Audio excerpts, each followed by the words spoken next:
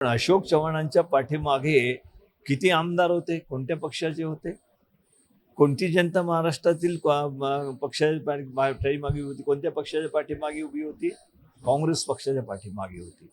काँग्रेस पक्ष होता म्हणून या ठिकाणी अशोकराव चव्हाण मुख्यमंत्री झाले. काँग्रेस पक्ष सत्तेमध्ये होता म्हणून या ठिकाणी विकास झाला. आपण सुद्धा म्हणत असताना एकच म्हणतो, काँग्रेस पक्षाच्या वेळेला काय केलं, काँग्रेस पक्षाने विकास केला की नाही? काँग्रेस पक्षाने जे विकास केला ते नांदेड शहराचाच नाही, आजूबाजूचे सगळी लातूर सारखी शहरं पाहिली असेल, औरंगाबाद सारखं शहर पाहिले असेल, तिथं विकास झालेला आहे. तो कोणी केला?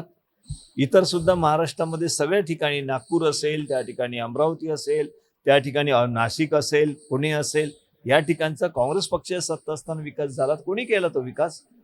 काँग्रेस पक्षाची सत्ता असताना विकास झालेला आहे. परंतु काँग्रेस पक्षाच्या विचारालाच तुम्ही जर फारकत घेत असाल तर जनता सुद्धा तुमच्याशी फारकत घेतल्याशिवाय राहत नाही.